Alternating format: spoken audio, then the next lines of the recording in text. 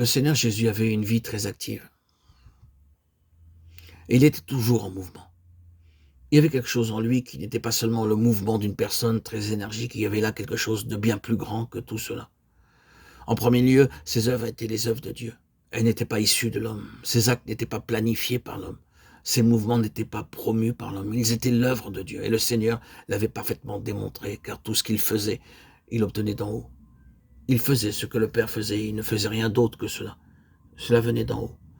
Tout le plan, tout le dessin, toute l'activité, chaque travail et le temps pour chaque détail était donné d'en haut, par l'Esprit éternel. C'est pourquoi tout était éternel.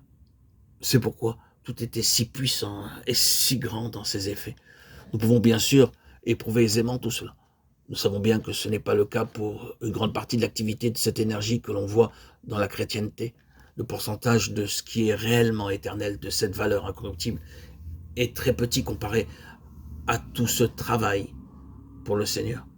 C'est ce que le Seigneur veut nous dire en ce moment. C'est cela.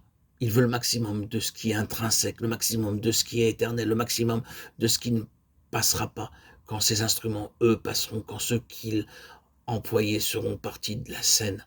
Alors ce qui sera établi pour l'éternité demeurera encore dans la vie spirituelle de son peuple et paraîtra dans la gloire comme la substance de tout ce royaume qui vient, le maximum de valeur intrinsèque.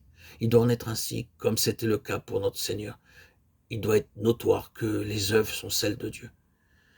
Mes frères et sœurs en Christ, chers amis auditeurs, auditrices, mes chers amis bien-aimés, permettez-moi de dire de nouveau que les œuvres de Dieu sont réellement caractérisées par l'action. Je pense que certains imaginent qu'une vie dans l'esprit, c'est une vie qui est très passive, attendant beaucoup et ne faisant rien. Peut-être devons-nous nous ajuster nous-mêmes à l'égard de cela. Il y a des périodes durant lesquelles le Seigneur nous garde de toute action. Nous appelons cela des œuvres. Mais il y a d'autres sortes d'actions qui s'effectuent en nous. Il y a des périodes durant lesquelles nous pouvons penser qu'il ne nous est pas permis d'accomplir quoi que ce soit de grand. Et cependant, le Seigneur fait quelque chose qui est très vital selon son dessein. Ses œuvres s'accomplissent tout de même. Une vie dans l'esprit n'est jamais une vie passive, jamais une vie tranquille, jamais une vie sans mouvement. Si extérieurement ou intérieurement, vous venez à remarquer qu'il n'y a réellement rien qui se fait, vous pouvez alors en déduire que vous êtes hors des voies du Seigneur. Il y a toujours quelque chose qui se fait quand le Saint-Esprit dirige.